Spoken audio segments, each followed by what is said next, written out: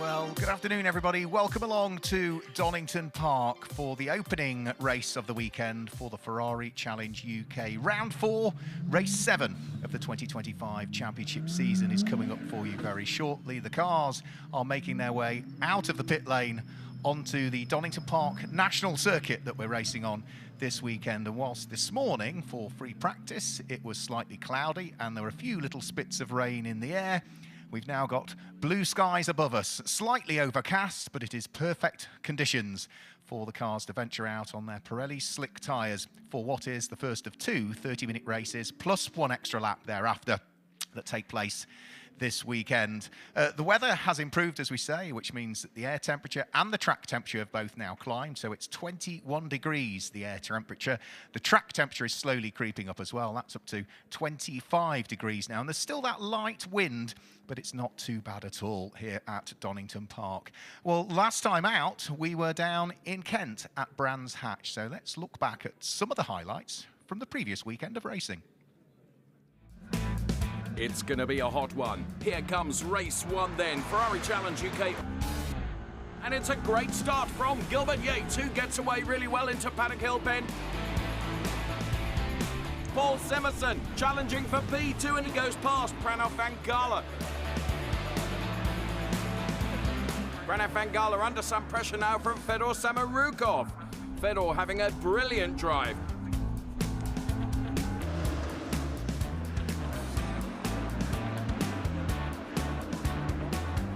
Whether Fedor has got a bit of an issue here because he appears to be slowing somewhat as Mike Dewhurst does go through. As Pranav Van Gala now is chasing down P2. So now Paul Simerson is having to defend. Pranav Van Gala maybe all the way around the outside at Druids. That would be the overtake of the day if it happens. And surely this will be enough for Pranav Van Gala to go through and pick up P2.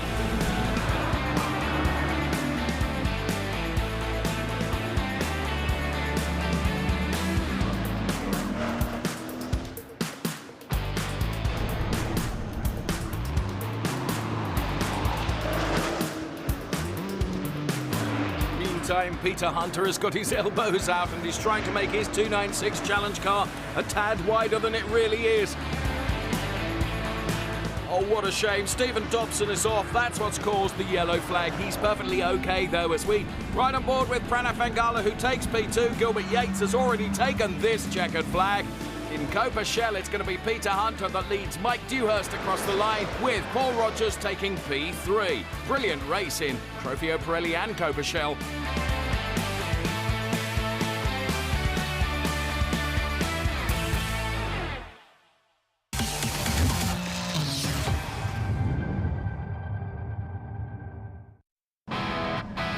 Let's go on to the starter's gantry, and the button is pressed. Let's go racing. We're on board with Pranav Van Gala. Fedor Samarukov has gone through to pick up P2 as well.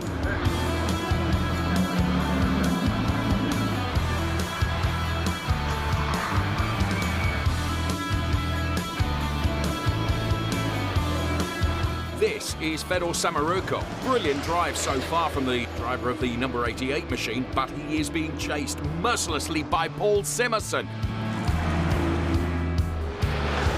Mike Dewhurst doing a great job in defending from John Marquardt, and in turn, having John Marquardt between himself and Peter Hunter, that's protecting his P1 position. Oh no, around has gone Paul Simerson. Now he was chasing down Fedor Samarukov for P3. Here you can see into the shot comes Mike Dewhurst, then John Marquardt, Callum Leatham and Peter Hunter. And good recovery from Paul Simerson, who gets it pointing back in the right direction again. It's Gilbert Yates then. What a weekend he's had here in Kent then, if he can hold on to this P1 place, and he certainly looks pretty comfortable in that lead at the moment. This is just out of Sheen Curve, and that is Joe Dean.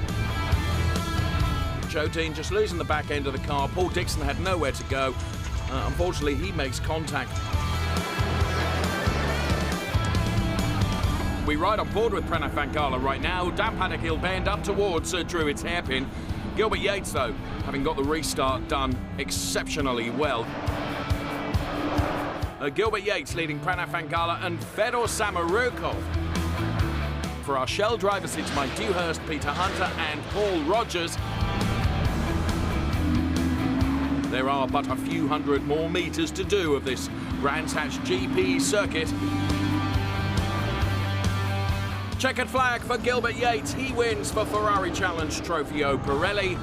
We ride on board with John Marquardt to see Mike Dewhurst cross the line and take the checkered flag for Copa Shell.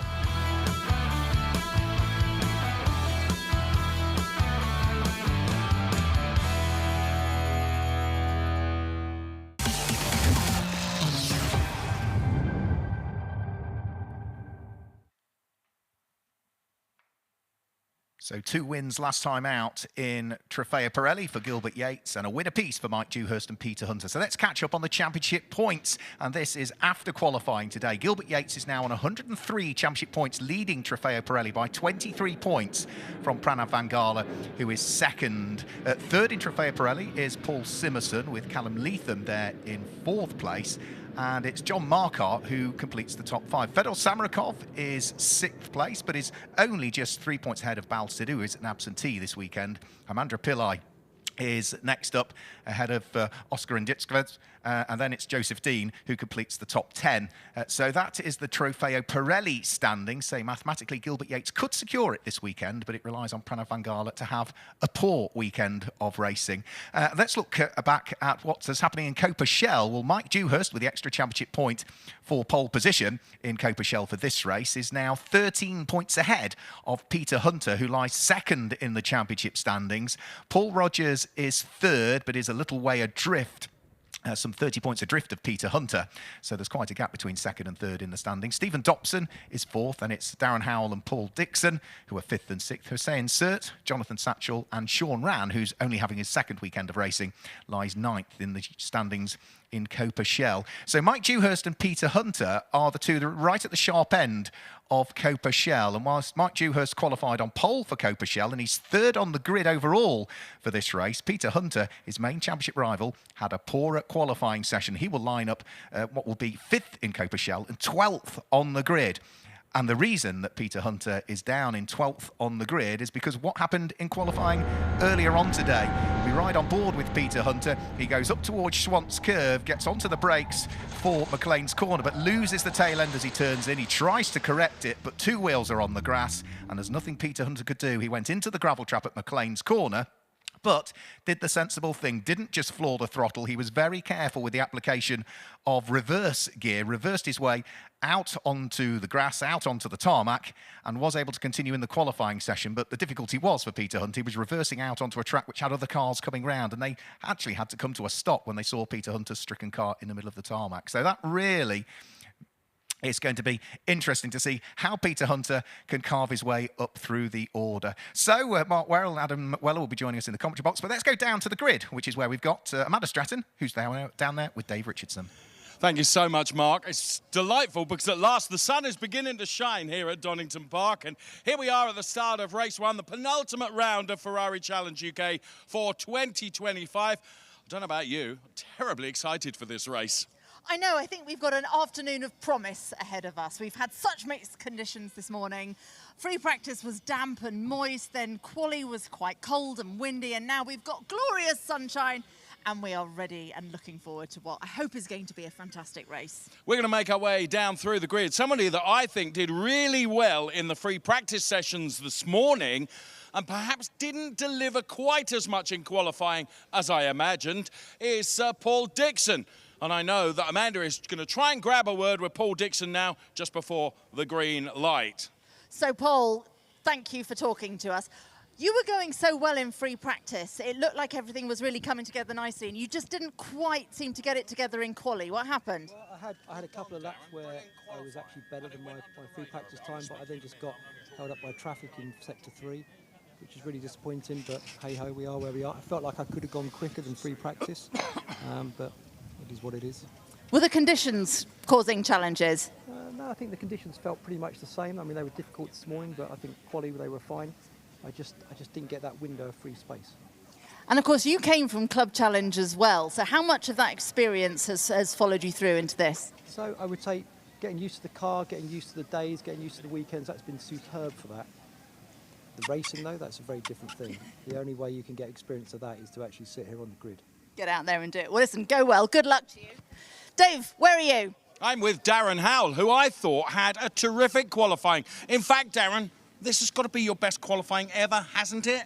It's the best this season, yeah. Got a clear lap for a change, so made all the difference. So, yeah, looking forward to the race. Is Donington a particular favourite of yours, Darren? I like all of them, to be fair.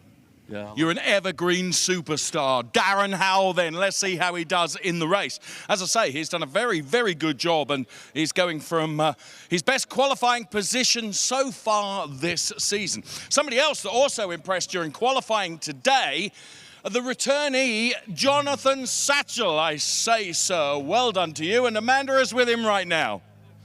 He's currently just getting strapped in, so I think 3 of us in the cockpit is going to be a bit of a squeeze. So I'm going to try and come round this way.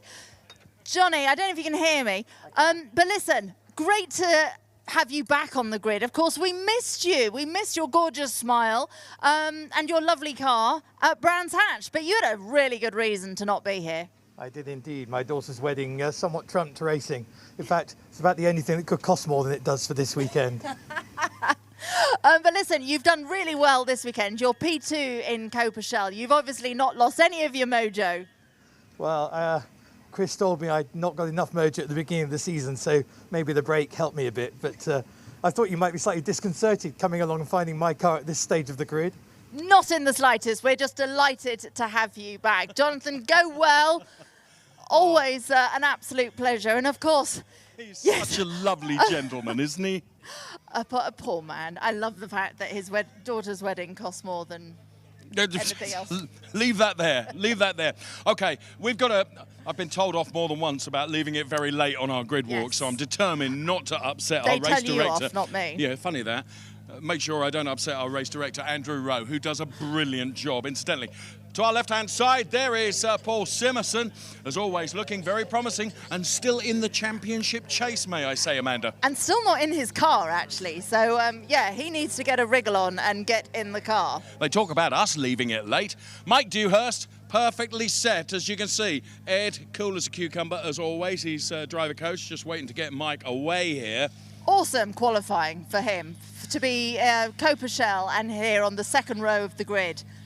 I posed that question to him just after qualifying earlier, and I'm not going to disturb him because he's in the zone ready to go racing. But I said, you know, is it always an ambition to qualify ahead of Trofeo Pirelli? He says, no, I just want to go. But look who's next to him. Yeah, I just want to go as fast as I can, you know, which is fair enough, isn't it? Yeah, these two have, used to trading positions on track when they were both in the Copershell class. What, Amanda, and I'm going to pose a question to you. I'm not expecting you to have the answer. Can Brans van Gala find today to take it to the man that has been on pole position 15 times in 2025? That's Gilbert Yates. Make a good start. I think that's what it's going to come down to for Pranav. If he can make a good start, he's in with a shot. So there we have it. That's the way the grid looks for race 1 here at Donington Park. From Amanda Stratton and from myself, it's time to hand over now to Adam and to Mark in the commentary studio. Thanks, guys. Great grid walk as ever. Good to catch up with some of the drivers. But the pressure now builds, Adam. Serious work, serious championship points up for grabs as they'll head off shortly on their formation lap. Absolutely. There's not really any room for recovery from here. If something goes amiss this weekend, you're going to know about it by the time you're leaving the paddock at Silverstone in September. No more faults, no more errors. You need to get as many points on the board as possible. And for Pranav van Gala there on the right side of picture on that previous shot, the outside of the front row of the grid, it has to be about beating Gilbert Yates for the first time since Navarra in the second race of the season. He was fairly confident talking to me after qualifying about his chances of getting around the outside at Redgate. He's seen it done. Mike Dewhurst said, yeah, I've done it before actually to Robert Rees last year. So let's see. So let's guide you through the grid then, the way they line up for round 4 of the championship, race 7 of the season. Pole position goes the way of Gilbert Yates for the 15th time on the trot, and alongside is Pranav Van Gala. Row 2 of the grid, on the inside of that second row of the grid, it's Mike Dewhurst's pole position for Copa Shell, and for company he has got Paul Simerson. As we head on to the third row of the grid, the inside of the third row of the grid sees Callum Leatham line up alongside John Marcar. Impressive qualifying again from both Callum Leatham and John Marcar, new to the championship this year. And it's Ramandra Pillai who lines up alongside the second place car in Copa Shell, Jonathan Satchel, on row number 4. Then we head to the 5th row of the grid, and the 5th row of the grid sees Darren Howell. He has got alongside him the car that lines up 10th on the grid. Outside of the 5th row, Paul Dixon. And row 6 of the grid is where we see Fedor Samarakov and Peter Hunter, who has to make progress in this race to try and minimise that impact of his off in qualifying. The next row of the grid is row number 7 of the grid. Joseph Dean lines up alongside Paul Rogers. And as we head on to row number 8 of the grid, the inside of the 8th row is Stephen Dobson and Sean Rann. And then on his own, on the final row of the grid, will be Sean Rann, I should say, who lines up on his own on that row of the grid. Hussein Sert, I should say, is there in 17th place, row number 9. So for the 7th time this year, round 4, we're about to go racing in Ferrari Challenge.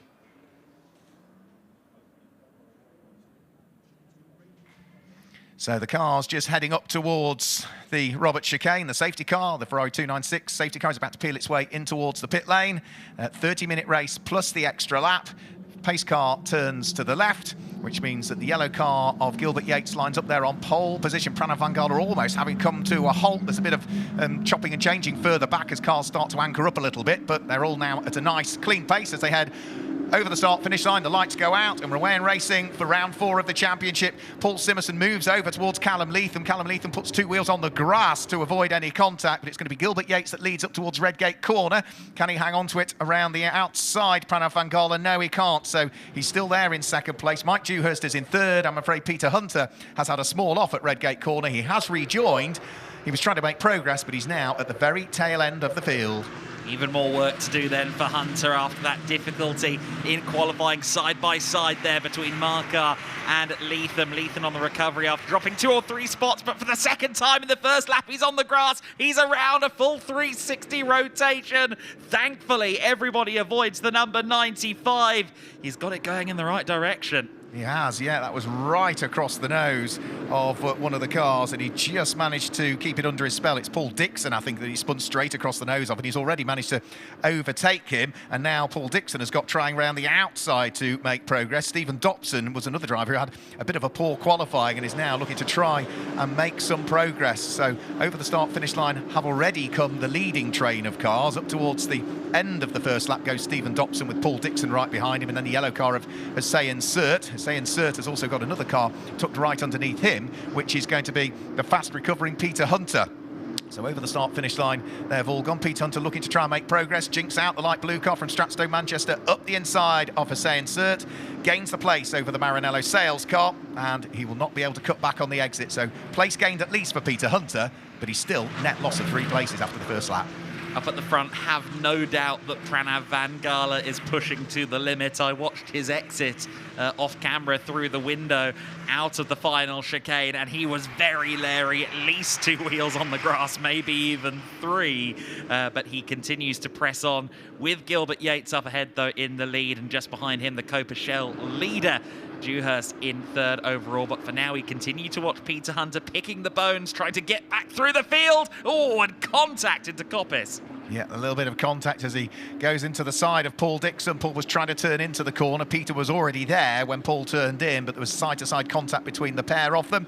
If there is any damage, it's hopefully just light damage between the pair of them. Gilbert Yates leads by 1.5 seconds after 2 laps of racing. He's starting to disappear up the road. Over the start-finish line goes Peter Hunter. No obvious signs of any damage to his car, apart from, yes, there is a small bit of damage, isn't there? A dive plane has gone on the front left-hand corner of his car, which has tucked itself underneath towards the Pirelli tyre. I don't think there's any tyre drag or rub, but that will affect the handling.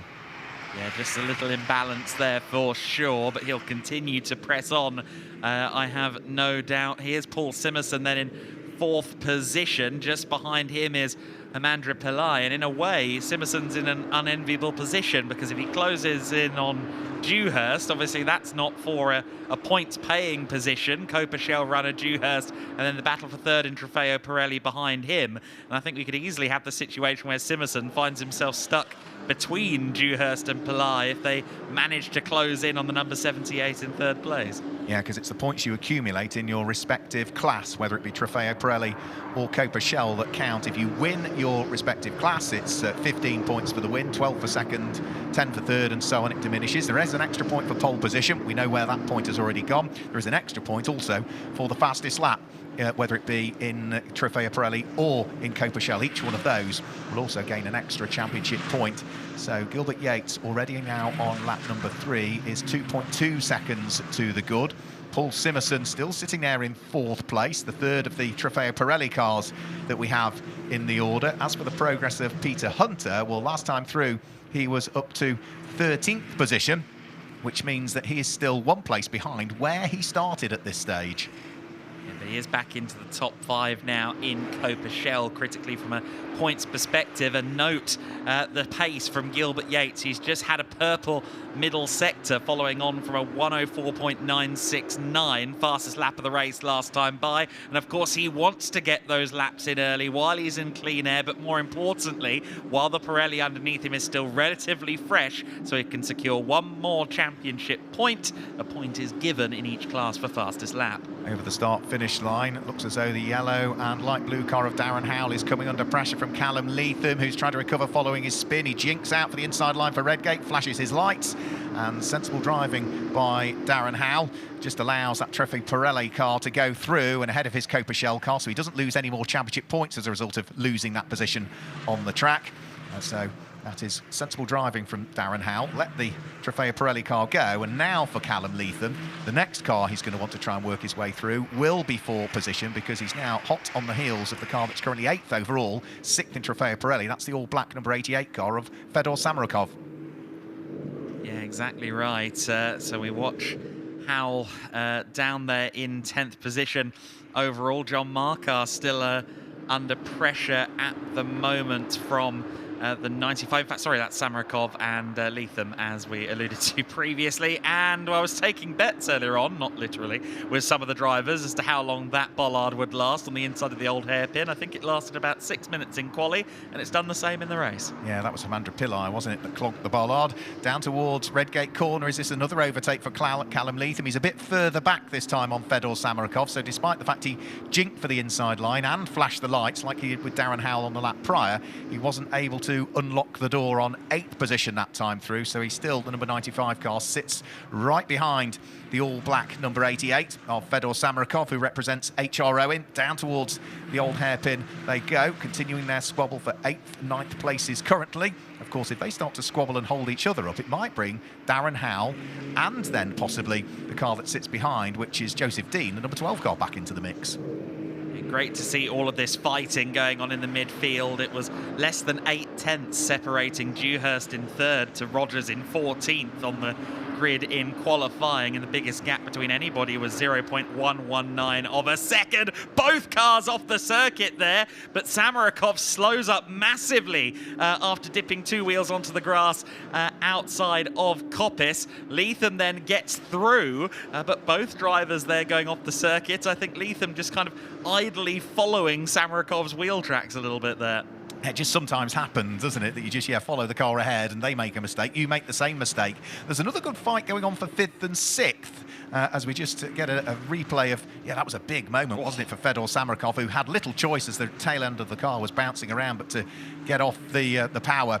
The other good fight is for 5th and 6th position. Amandra Pillai in the burgundy-coloured car with its gold flashes to it is under big pressure here from John Markar. They are fighting for 4th and 5th in Trofeo Pirelli at this stage, and there's not a great deal between the pair of them as they exit McLean's and head up towards Coppice, that difficult entry towards Coppice Corner where you commit to the apex before you even see it. It's only when you turn in and then see the apex you actually truly understand whether you've got it right or not.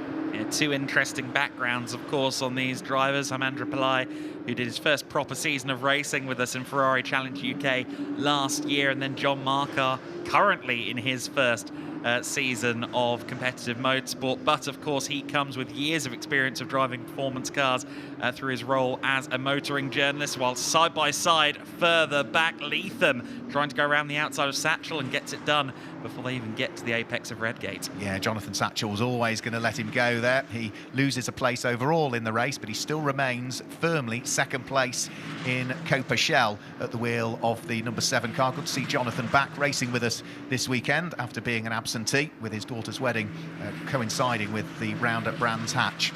Darren Howell further down through the order, who will be third in Copa Shell. He's got his hands full, hasn't he? He has got the Trophy Pirelli driver, Joseph Dean, sitting behind him. And again, for Darren Howell, that's another car that he can afford to let by. It won't affect his championship scoring if the number 12 car can unpick him. Well, there's no such doing through McLean's corner.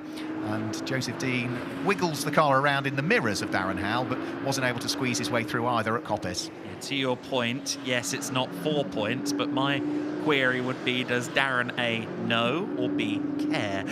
Sometimes these overall battles mean a lot more than the points consideration, and these two have not been outside of each other's postcode very often in terms of pace so far this weekend. Drawing alongside, though, comes the 12 as they approach Redgate. Not quite going to have the outside. Oh, looking to the inside.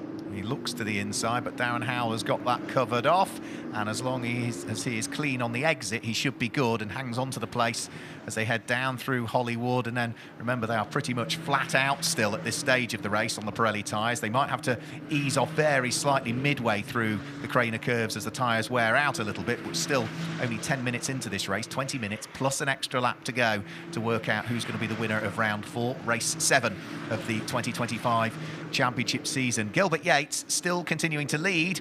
3.1 seconds was the lead advantage at the beginning of that lap. It has come down, not by much, by a few thousandths of a second, as Pranav Vangala puts in a reasonable lap last time through. But this fight between Darren Howell and Joseph Dean, it is for the final place inside the top 10, isn't it, as they work their way out of Coppice Corner on lap number 9. Well, not only that, but I think that Darren Howell is going to be most unwilling now to yield positions, because Jonathan Satchel is now the car directly ahead of him, and I'm sure that the number 5 crew, if not his driver coach Sean, has made him aware of that. But he does get a poor run there out of the chicane. This time, I think we might have a switch. Yes, we do. Darren Howell realising the momentum wasn't with him, rather than risking your door mirrors and panel bashing, just allowing the number 12 through.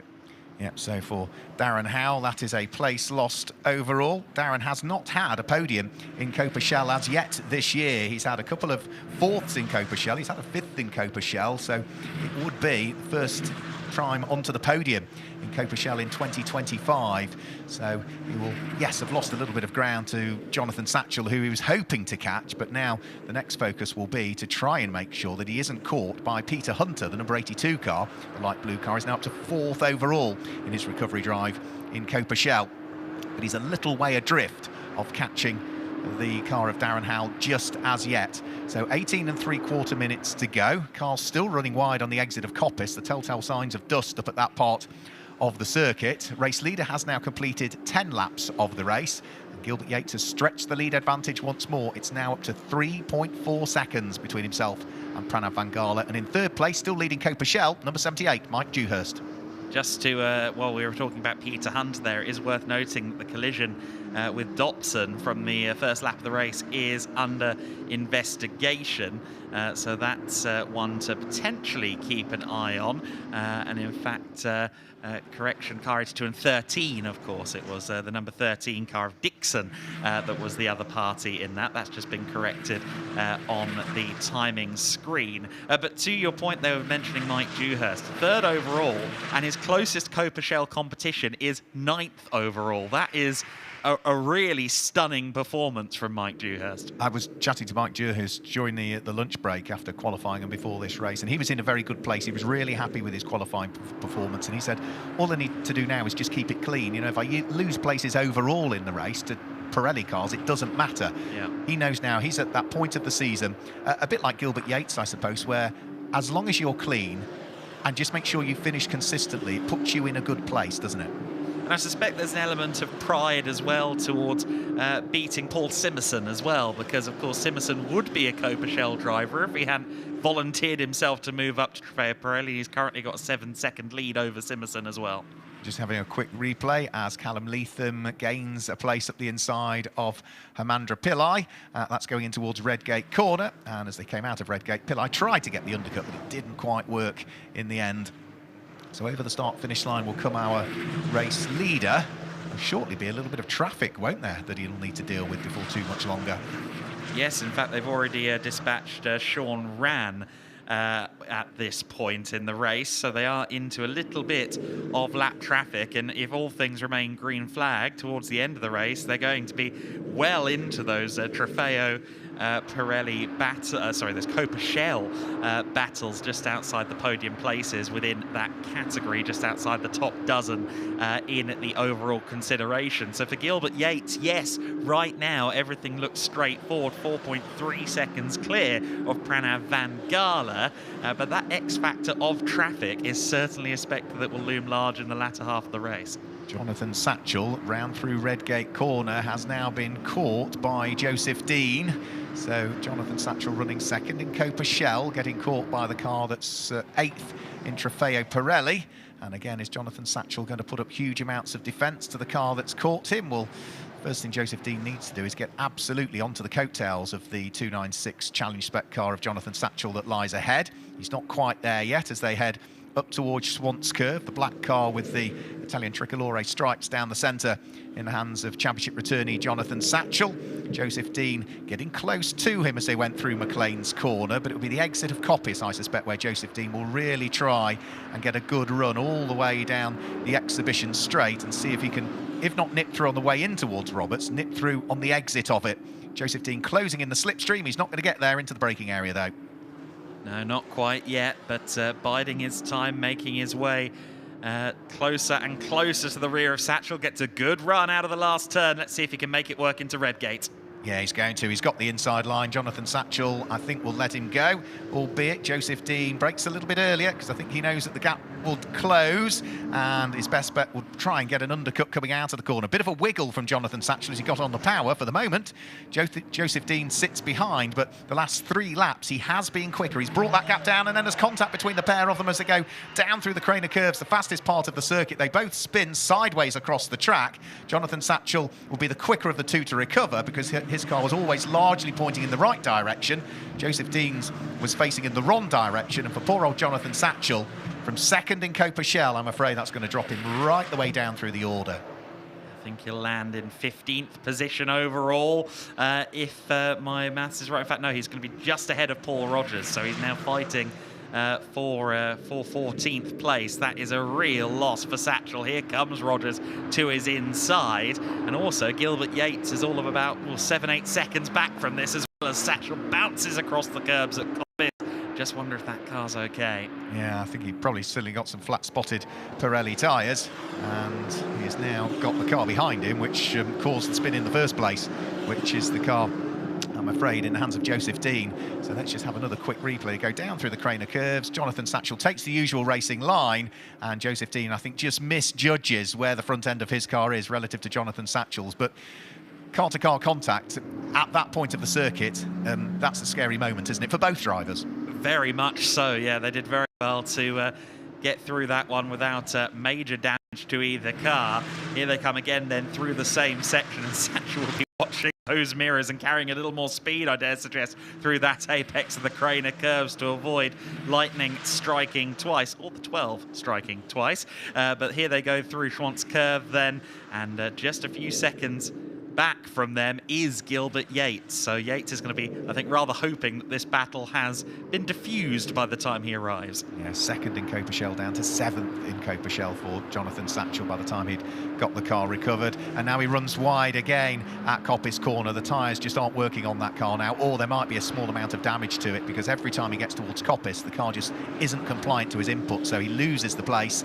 And I'm afraid Joseph Dean does go through the number 12 car and ahead of him. So that is further place lost in Copa Shell for Jonathan Satchell, but that is not what he wants. And now now, if he looks in his mirrors, you'll see that the race leader is closing in on him. Flash of the lights for Gilbert Yates as he comes over the start-finish line. That is now 16 laps completed, and he has a very sizable 4.3 second lead between himself and Pranav Vangala.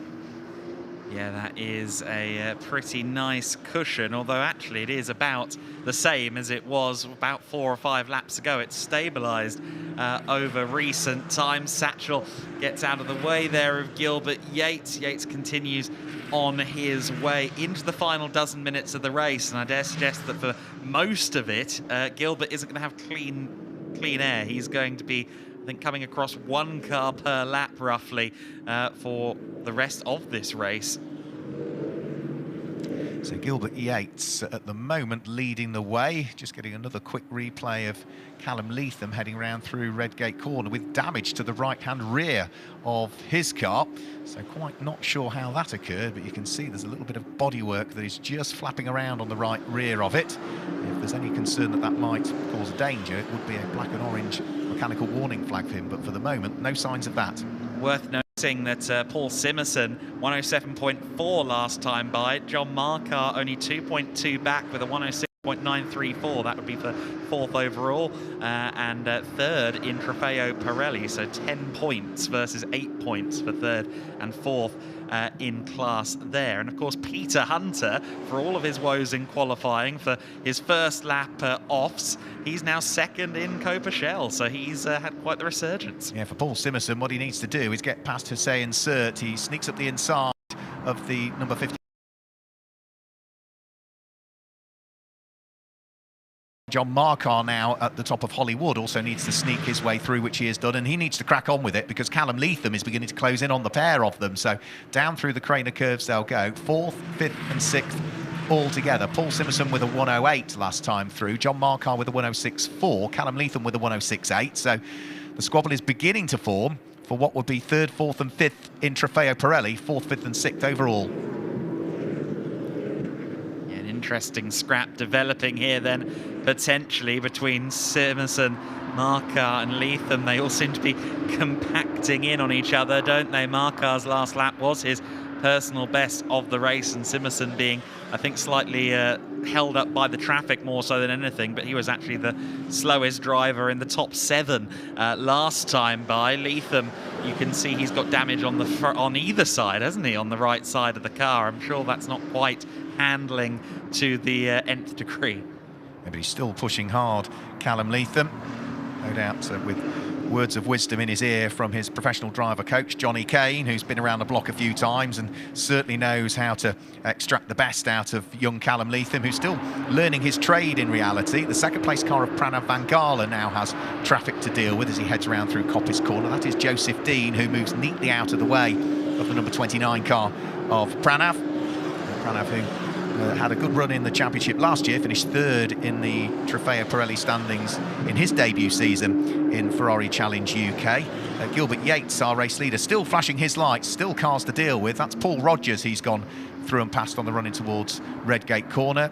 Here's now Gilbert Yates, nearly 4 seconds up the road, and he's on to his 20th lap of the race. Yeah, the gap went down to 3.1 effectively the previous time by, but back out to almost 4 seconds on this occasion. Just the ebb of flow of traffic at play as we watch this 4th place battle. Once again, John Markar flashing the headlights, but I imagine he's doing less looking through the windscreen than he is looking through the mirrors on the run down to Redgate there, with Leatham right behind him, and Simerson will be somewhat hoping that those two start to squabble among themselves so he can get a few more car lengths than he has at present. Very little room for error currently in this battle for what is 3rd in Trofeo Pirelli, but 4th overall. Yeah, John Markar's in that unenviable position, isn't he? He's in that dichotomy. Do I attack? Do I defend? Do I try and do a little bit of both? So they all flick their way up towards the left-hand Kinkert-Schwantz curve. The blue and red car, Paul Simerson. The black car is John Markar. The almost burgundy car with the white and the yellow flashes to it and a little bit of damage on the rear being Callum Leatham. They head round through Coppice Corner. They are all on lap number 20 as things currently stand. There was very little to choose between them last time through, but Paul Simerson is the most experienced of these three, isn't he? John Markar and Callum Leatham in their first season of racing in the Ferrari Challenge UK, whereas Paul Simerson has been around for a year or two. Yeah, exactly right. He's wanting to use that experience advantage, and obviously all of them in their first season of the 296 Challenge car by default. But no matter what you've been driving, if you've got a couple of years in a quick GT car, and Simerson was of course in the 488 Challenge Evo with us in Ferrari Challenge UK previously, that is a huge advantage over the guys behind. Simerson, of course, the newest of the three to Trofeo Pirelli with that voluntary step up from the Copa Shell class. But he really is making it work well. Yeah, he is. He's 2 times a runner-up in the Copa Shell category, 2021, 2023. He's twice finished 3rd in Copa Shell as well. That was in 2020 and 2022. So he's been a regular in the championship for a good number of years. So he's just turning his way out of Coppice Corner. John Marquardt might be a tiny bit closer to him this time through, but to the naked eye, the gap hasn't come down a huge amount. Relative gap between them last time through was 0.6 of a second as they came over the start-finish line. Up towards Redgate Corner goes our Copa Shell leader. We've not really mentioned the number 78 car of Mike Dewhurst much, and that's largely because he's just gone about the task beautifully well. Well, the fact that he's ahead of the overwhelming majority of the Trofeo Pirelli class speaks volumes for how confident and quick he appears to be here this weekend at Donington Park. Has really hit the ground running from the first free practice onwards, has always been in there in amongst the top 5, setting good lap times, and has translated that very well into race pace. Has run a really solid race. He's not quite as quick as Yates and Van Gala, but if those are the only 2 people on track you're outpacing, you're not doing badly. And he's about to place a lap on the car that was earlier on in this race, running 2nd in Copa Shell. That is Jonathan Satchel. So just going to show how Jonathan's race came rather unpicked with that incident down through the Craner curves. Jonathan doing a sensible thing, allowing the Copa Shell category leader to go through, which is Mike Dewhurst. So over the start-finish line goes the number 78 car, and he will be now comfortably in the lead of that category, as we say, with the next car running 2nd in Copa Shell. Amazingly, I'm not quite sure how, but 2nd in Copa Shell now, Peter Hunter, the light blue machine. Yeah, I mentioned that a few laps ago. Through everything, he's done a brilliant job, as we see there, the 85, no, sorry, that's the 19 car of Himandra Pillai. He's going to lose out there to the 88, 2 cars involved. I see, so Sean Ran was getting lapped by the looks of it by Himandra Pillai, and it appears they may have met in the middle. Yep, so that's both cars recovering. No obvious signs of damage to the pair of them. That must have been just the lightest touch of the 2, but Himandra Pillai was 7th at the start of the lap. Fedor Samarakov, Peter Hunter has gone through, and I think Darren Howell has gone through. So that now means that the number 19 car of Himandra Pillai comes over the start-finish line, now 7th in Trofeo Pirelli, 10th overall. Peter Hunter keeps picking them off, doesn't he? Where did he start? 12th, 13th on the grid, 12th, wasn't it? We dropped to 17th after the first corner. That too, yes. And here he is in 8th overall, and as to your previous point, of course, running 2nd within the Copa Shell standings. He is only 2.6 seconds clear, though, of Darren Howell, so I wouldn't suggest he's quite out of the woods yet. Howell getting past Pillai on that lap, of course, courtesy of that incident. John Marquardt as close as he's been to Paul Simerson as they head up towards Redgate Corner, but John Marquardt needs to be careful that Callum Leatham doesn't wiggle his way through. Marquardt gets a little bit squirrely on the exit. Callum Leatham tries to get the undercut onto the top of Hollywood, but John Marquardt just and literally only just gets the door closed in time. So that little trio still busy squabbling away as they go down through the old hairpin. John Marquardt misses the apex at the old hairpin. Callum Leatham absolutely bounces over it, so closes back in onto the coattails of the largely black car in the hands of the motorsport journalist, that being the number 16 car. So they are still together for 4th, for 5th and for 6th. They've got 3.5 minutes plus the extra lap to try and sort this one out. I must imagine it's a bit of a psychological quandary for John Marquardt in particular. I don't think he'll mind me saying this because he's declared it himself publicly on broadcast previously. That is not his car. It does not belong to him. Of course, he's well used to chucking around cars that don't belong to him, being a motoring journalist who's done a lot of track driving. But when you have those wheel-to-wheel moments, almost 3 wide approaching Hollywood, I'm sure it runs through his mind, well, this isn't mine. Callum Leatham looking up the inside of John Marquardt as they're both trying to squeeze their way past Jonathan Satchel. 2 wheels on the grass for Callum Leatham heading in towards Redgate Corner. Bounces over the curbs and is going to go through and ahead of John Marquardt as he laps Jonathan Satchel. So great opportunistic driving from Callum Leatham. The gap was just wide enough to squeeze a 296 through, and that's exactly what he did.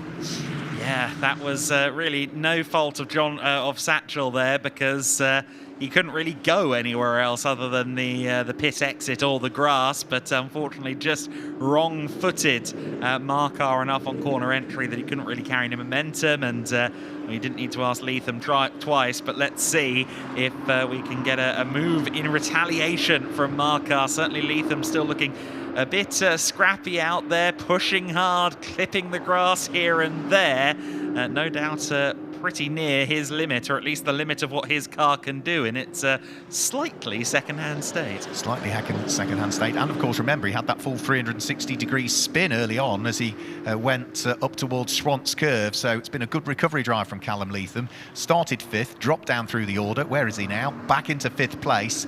And I think he's quicker than John Markar on race pace, so I do think he'll pull away. Has he got enough time, though? I don't think so, to catch Paul Simonson, and then he's got to try and scratch his head and work out how to get past the number 77 car, which runs in 4th place overall, because if he can get past Paul Simonson, that would be the final spot on the Trofeo Pirelli podium. Yeah, useful points there to be had, of course, with that overall podium position across the line. Meanwhile, comes Gilbert Yates. He will do 3 laps, 2 more laps after this one before he takes the checkered flag then. Still a little way to go for Gilbert Yates. Just having a quick look through, if you look at the championship standings in Trofeo Pirelli, it is as per the top 6 at the moment in the race in Trofeo Pirelli. So Gilbert Yates from Pranav Van Gala, from Paul Simonson, as Callum Leatham now sneaks up the inside of Paul Simonson on the run in towards the Robert chicane, compromised his exit speed a little bit, but he's got the job done. It didn't take him long. He's gone through. Paul Simonson is trying to re-attack on the run in towards Redgate corner, jinking one way, jinking the other. Paul Simonson dives for the inside line. Can he get the car anchored up? Yes, he can. Callum Leatham sweeps across the nose of the car. There's contact between the pair of them. Callum Leatham heads in towards the gravel trap, and I think Callum was just trying to squeeze across the nose of Paul Simonson there up towards Redgate corner, but Paul was pretty much already there. No, exactly right. They met in the middle. Now Simonson's car has a little bit of damage for its troubles after that collision. But John Markar, of course, the big profiteer of all that, he's moved up to 4th place. And yeah, I think Leatham was just trying to squeeze.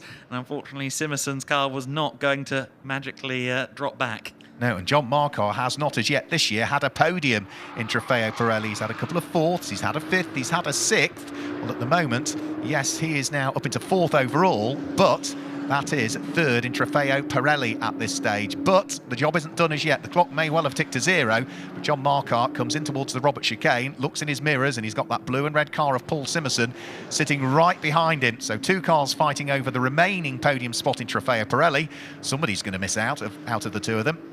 Yeah, Markar was really squirrely there out of Coppice as we rejoined the live pictures. So feeling a little bit of the pressure, maybe just being told, you're up to P3 in class, my friend, and that can give you the wigglies if you're not careful. Markar, though, holding on to Simonson for the time being. As you say, someone's going to win it, someone's going to have to lose as well.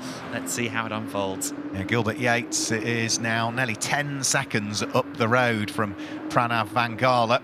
There's another good fight going on between Hemandra Pillai and the car that sits behind, which is Darren Howell. So that will be for 9th and 10th position. But the race leader is on his final lap of the race now. Gilbert Yates is looking to try and make it what for him would be his 5th win on the trot. 5th win on the trot, and it will be his 11th career win if things pan out as we're somewhat expecting them to, of course. I think that's his number. It was certainly the one on the car last year, wearing the number 1 this season, of course, defending the championship, and with each victory, Mark, his impeachability seems to lessen. So he heads up towards Coppice corner. He would end up on 118 championship points plus the extra point for fastest lap. That would be 119 championship points he will end up on, if I've got the maths right. And with Pranav Van Gala finishing 2nd, he would be on 92. So it really gives him a good advantage heading into tomorrow's 2nd race of the weekend. Out of the Robert chicane, up towards the checkered flag. Gilbert Yates wins round 4, race 7 of the 2025 Ferrari Challenge UK. 5 on the bounce now for him, and that is a haul of maximum championship points so far today, with the extra point for fastest lap and the extra point for pole position. Pranav Vangala finishes in 2nd position, 3rd overall, and the win in Copa-Shell is going to go the way of Mike Dewhurst, the number 78 car, just heading over the start-finish line now. And who's going to complete the podium in Trofeo Pirelli and finish 4th overall? Is it going to be John Marquardt? Might it be Paul Simerson? We'll find out shortly, because they're just coming up towards the conclusion of the lap. Paul Simerson has got the job done. He has unpicked John Marquardt somewhere on that final lap, and Paul Simerson takes the place. And by the look of things, that was down at the old hairpin, where on the very final lap we had another spin for Callum Leatham, I'm afraid. Oh dear, difficult race for Callum then overall, and of course that grass still a bit muddy from some rain earlier this morning. Where will he come across the line? Has he now just coming to the start-finish line, but not the race the driver of the 95 would have wanted? Either way, still finishes 6th and 5th within the Pirelli standings. So that was a brilliant race again from Gilbert Yates, who just did what Gilbert Yates has done really, both in 2024 and in 2025. He just seems to be able to get that little bit more out of the combination of the Pirelli tyre, out of him, whether it be the 488 last year or the 296 this year. The combination just works, doesn't it? And for Mike Dewhurst, it's another win in Copa-Shell for him. So both of our championship leaders in each of the categories, both claiming the win in that race. Yeah, Gilbert Yates came into Ferrari Challenge with experience of powerful GTs and success in powerful GT machinery, but moved over to driving a prancing horse car for the first time, and he has taken Ferrari Challenge UK by storm. We said it at the very start of the day, Mark. He is the benchmark in this series right now, and anyone who can beat him even a single time on the run to the season finale at Silverstone is doing very well. And if anyone can beat him in the championship, then they've done something quite incredible. There's his driver coach, Tom Fleming, the first to congratulate Gilbert Yates as he gets out of the car. His 6th win in the season, his 5th on the trot. For Mike Dewhurst, it's his 4th win of the 2025 championship season. So Gilbert Yates takes off the racing gloves, congratulates his fellow engineers who are working with him in the garage. Off will come the crash helmet very, very shortly. So let's go down to the pit lane and get some reaction. I think Amanda Stretton is down there ready to chat somebody. I am. As Gilbert receives his congratulations, receive another one from me. That was incredible. 5th on the trot, I believe. Yeah, it's 5th in a row, yeah. You need some bigger shelves at home. Yeah, we're building them now. No, it was a good race. I didn't get the test day here, so I think I'm behind the 8 ball with these guys because I had a full test day, so I'm sort of... Forgive me for not feeling sorry for you right this second. No, I just feel that there's still things that are, and there's more space there and there's more time there because I like this track. Well, you like this track. We've had an absolutely incredible race, but presumably you didn't see any of the action that was going on track because you were on your own almost. I sort of gathered what was going on because there's a gravel all over the track and there's dust over the track, and there's so many lapping there. We lap so many cars, and we don't do that normally. But you enjoyed it. It was a great race, yeah. And what can we expect for tomorrow? Same again.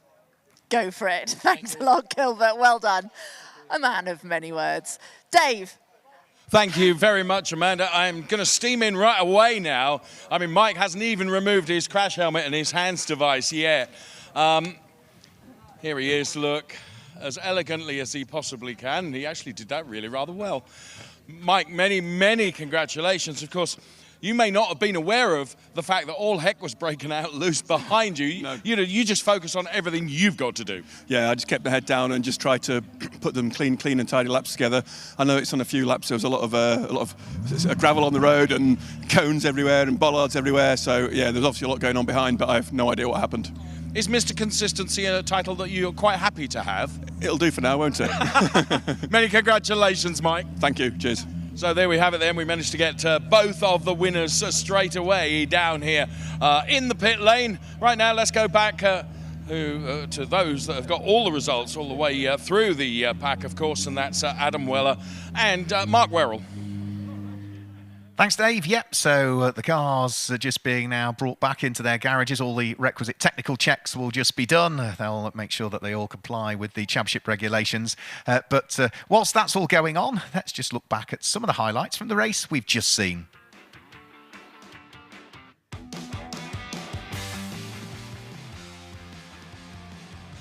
So So when the lights went out up towards Redgate Corner, Pranav Vangala was trying to go round the outside of Gilbert Yates, but it didn't quite work. It didn't work for Peter Hunter either, who dropped to the tail end of the field with a gravelly moment at Redgate Corner. He rejoined, but he was right the way down towards the tail end of the field and was needing to make some progress. A dive up the inside of Hussein Sert early doors would give him 1 place gained, but he got plenty more to try and gain. He nipped up the inside of Paul Dixon going into Coppice Corner, but there was contact between the pair of them. Callum Leatham had an interesting start to the race as well. He was pushing hard, both himself and Fedor Samrakov almost having a moment as they came out of Coppice. Fedor Samrakov having to get off the gas, and that cost him a position. There was a good fight going on further down through the order. The number 12 car of Joseph Dean fighting away with Darren Howell, and Jonathan Satchell, who was running second in Copa Shell, was tagged into a spin heading down through the fastest and most daunting part of the circuit by Joseph Dean. Jonathan Satchell and Joseph Dean would recover, but they'd lost a raft of places, and for Jonathan Satchell the car just didn't seem to handle the same way following that contact. It was Coppice Corner where he was really struggling, and on a couple of consecutive laps the car just washed out wide and he lost positions. Joseph Dean's progress would continue. He would try and do as best as he could in this race, but he was also having to move out of the way as he was being lapped by the front runners. Pranav Vangala squeezing his way through. There was another really good fight going on between Paul Simerson, John Marquardt and the recovering Callum Leatham, who had also had a spin in the early stages of the race. Callum Leatham nipping up the inside of Jonathan Satchell, almost making it 3 wide as they went up towards Redgate Corner. And for Callum Leatham, the race would still continue with another twist or a turn in its tail. He was pressurising Paul Simerson for the final podium spot in Trofeo Pirelli, but then there was contact between the pair of those up at Redgate Corner. Callum Leatham heading off into the gravel trap, Paul Simerson delayed, and John Marquardt nipping through ahead of both of them. However, it wasn't to be the first podium of the season for John Marquardt. He would lose out to Paul Simerson on the final lap, and Callum Leatham would also have a spin coming out of the old hairpin on the final lap of the race. But for Gilbert Yates, he would come over the start-finish line and make it 6 wins in the 2025 championship season and claim the win in Trofeo Pirelli. For Mike Dewhurst, he would claim another win in Copa Shell. And that's the highlights of the first race of the weekend. We, of course, will do it all again tomorrow here at Donington Park. So let's just confirm the results for you then. 29 laps completed. Gilbert Yates claimed the honours by nearly 9 seconds in the end from Pranav Vangala in second place. And Mike Dewhurst was third, but was the winner of Copa Shell. Paul Simerson was fourth and completes our Trofeo Pirelli podium, ahead of John Marquardt, who was fifth overall. And Callum Leatham had an intriguing race and still finished sixth. He was the last of the cars on the lead lap. Seventh place was Fedor Samrakov. Peter Hunter had a yo-yo race, didn't he? Up the order, down the order, back up the order. He finished eighth overall and second in Copa Shell. Hemandra Pillai was in ninth place, and completing the Copa Shell podium is Darren Howell. That is his first Copa Shell podium of the 2025 championship season. Stephen Dobson was 11th ahead of Paul Dixon, who was 12th place, and Paul Rogers just had an off race, just didn't happen for him, 13th overall. Joseph Dean, with the spin on the final lap, finished in 14th place. Jonathan Satchell, Hussein Sert and Sean Rann were the last of our finishers in round 4 of the championship season, race 7 of 2025. So those are the results. We will also give you the update in terms of the championship scoring. Gilbert Yates continues to lead the championship. He is at now on 119 championship points, 27 points now ahead of Pranav Vangala, who is only 10 points ahead of Paul Simerson, who's still doing great things with his swap over to Trofeo Pirelli. Callum Leatham is 4th in the championship standings, and then it's John Marquardt in his debut season that sits there in 5th, with Fedor Samrakov in 6th place. Bal Sidhu is an absentee this weekend. He's 7th. Hemandra Pillai and Joseph Dean are the drivers that are 8th and 9th, and you can see it's Oscar that's there in 10th place. That is Trofeo Pirelli. We should be able to get an update on what is going on in Copa Shell as well in terms of the championship standings. Mike Dewhurst with that win is now on 109 championship points, 17 points ahead of Peter Hunter. Paul Rogers is there 3rd in the championship scoring, but he's a way off, 55 points shy of Peter Hunter. So Peter Hunter is in a good position, but needs to catch Mike Dewhurst. Darren Howell is 4th, ahead of Steve Dobson, who's there in 5th place, with Paul Dixon in 6th. Hussein Sert, Jonathan Satchell and Sean Rann wrap up the Copa Shell championship standings. So that is Copa Shell standings done. Let's go down to the podium presentations down there with Dave Richardson.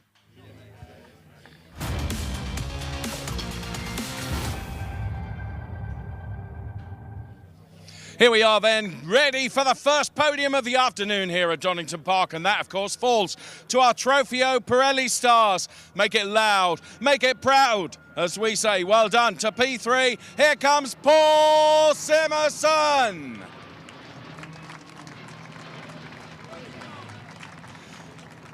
Do it up, Paul. Thank you, sir. Taking P2, Pranav Vangala. And on the top step of the podium, please give it up for Gilbert Yates. And let's seek a representative from our team. That's our Copa team, because, of course, we'll be having Charles Hurst on the podium. So where is our representative from Charles Hurst? Hanging around somewhere. Not to worry, they will join us. Do rush along, would you? We're delighted to welcome Federico Pastorelli, Ferrari North Europe Regional Manager, to make the trophy presentation. First of all, to Paul Simerson, taking P3. P2 to Pranav Vangala. And yet another P1 trophy for Gilbert Yates. Of course, the Copa Team's trophy will be presented to Charles Hurst, and we are not done yet. Andrew Johns is here from Pirelli Motorsport to make the Pirelli trophy presentation to Gilbert Yates. Gentlemen, if you could all smile, hold your trophies high. The focus of the world's media is upon you. Hang on, hang on. Who is going to win the champagne race? But only when I tell you, apparently. Come on, Paul. Right, it's the only way, he says. Okay, once we're satisfied with all the photographs, now, who's going to win the champagne race? Pretty sure, actually, it was Paul Simerson, to be fair. What about that? So fantastic stuff from our first podium of the afternoon, which of course is for our Trofeo Pirelli drivers. And now Claudio, who is one of the hardest working individuals here in Corsa Clienti from Maranello, will do his level best to try and clean the podium before we get the Copa Shell podium underway. And of course the Copa Shell podium going to be just as enjoyable. I do not doubt for one moment there was a lot going on in that race. And look at that, absolute model of efficiency. We are ready, okay, for Copa Shell. I get the thumbs up. And let's get our Copa Shell drivers up here then. Taking P3, his first podium, Darren Howell. Richly deserved. Well done, Darren. What a recovery drive to take P2. Here comes Peter Hunter. And then on the top step of the Copa Shell podium, it's Mike Dewhurst. And once again, we ask for a team representative, because the Copa Teams trophy will be awarded to Dick Lovett Swindon. So we ask for a member of the Dick Lovett. Adrian's here from Dick Lovett. And again, we rely upon Federico Pastorelli, Ferrari North Europe Regional Manager, to make the presentations. First of all, to Darren Howell. He'll remember that one for a long time. His first one. Peter Hunter takes another one. And here is Mike Dewhurst with another winner's trophy, Copa Team trophy, presented, of course, to Dick Lovett Swindon. And well done to that fine team. Trophies held aloft, gentlemen, please. That's it. Big smiles all round. And here come the photographs then. There we are. Yes, so, appear to have lost audio. Okay, yes, now it's time for the photographs, forgive me. And now it's time for the champagne race. Who's going to do it? I think it was definitely Peter Hunter. So excellent podiums down here at